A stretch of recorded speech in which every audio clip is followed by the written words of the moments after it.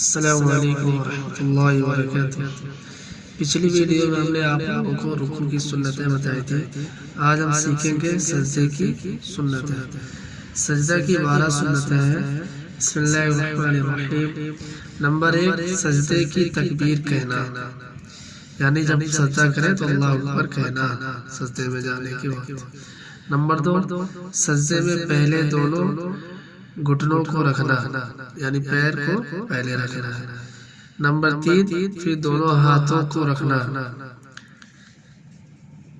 پھر اس کے بعد ہے نمبر 4، پھر ناک رکھنا۔ نمبر 5، پھر پیشانی رکھنا۔ نمبر 6، دونوں ہاتھوں کے درمیان سجدہ کرنا۔ نمبر 7، سجدے میں پیٹ کو رانوں سے الگ رکھنا۔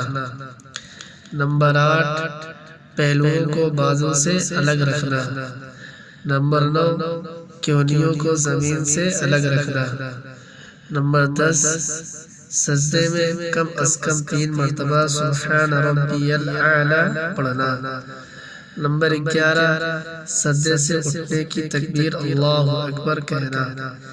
نمبر 12، سجدے سے اٹھنے میں پہلے پیشانی، پھر ناک، پھر ہاتھوں کو، پھر گھٹنوں کو اٹھانا۔ بھائیو آپ لوگوں کو سمجھ میں آ گیا ہوگا۔ یہ تھی سجدے کی 12 سنتیں۔